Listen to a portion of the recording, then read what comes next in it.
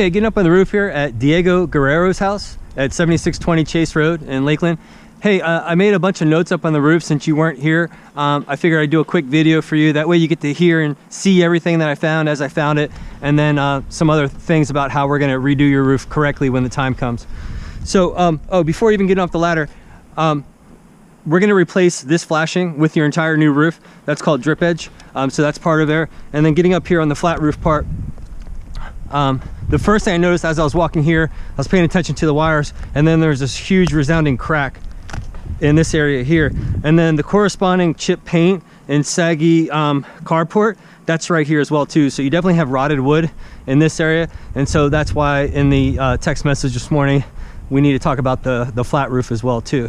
So the other important thing about the flat roof is that flat roof has to have adequate pitch, right, to keep the water moving away from the house. And as you can see, even in this drizzle, the water isn't really going anywhere. So I highly recommend that we use what's called tapered insulation board, and that gives it a very subtle yet sufficient pitch to keep the water moving away from the house. So I've already included that in the estimate. I'll leave that up to you. Here's my little diagram of what that means.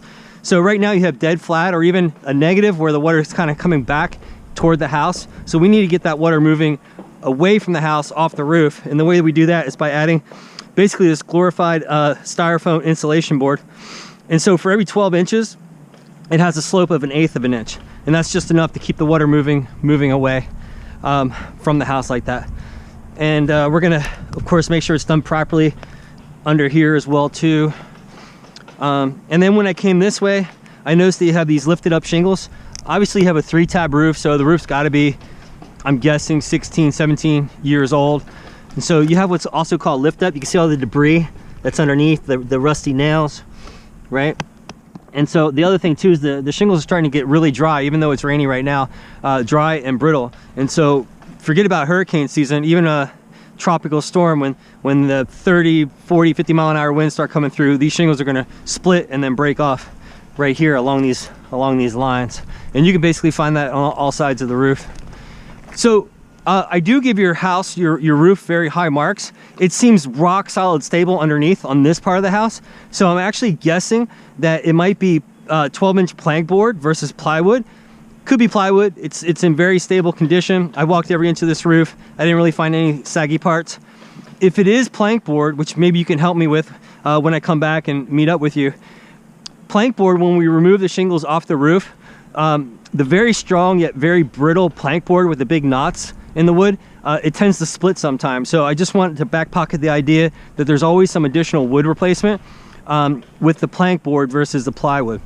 The other really big thing is, like, you have barely any venting up on this house whatsoever, and you probably have a very shallow attic space, so it's so important to have the correct amount of ventilation.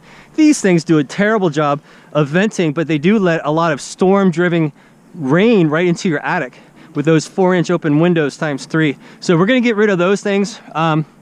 We're going to restore the plywood or plank board that's underneath of there or not underneath of there, and we're going to put the correct attic ridge vents. So from about there all the way down there, which is like 30 feet, and then another 20 feet that way, that's all going to be vented correctly. And then we're going to replace the metal in the valleys. These guys are kind of popping and creaking. We're going to reboot the bathroom vents, and God, I didn't even know what this was at first, but it's actually a smashed down bathroom vent. Maybe by design, so just let me know whether that's something that's not being used. Otherwise, we're going to restore that and make that correct. Last 20 seconds, let's talk about how, when the time comes, how we're going to redo your roof correctly for you. So again, we're going to remove all of the roofing material, get down to the bare plywood or plank board like we talked about.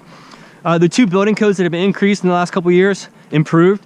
We're going to re-nail the plywood to the roof trusses. The code used to be 12 inches, now it's 6. We go every 4 to 5 inches. And then the waterproof barrier, we're going to cover every inch of this bare wood roof with that super sticky rubberized waterproof membrane.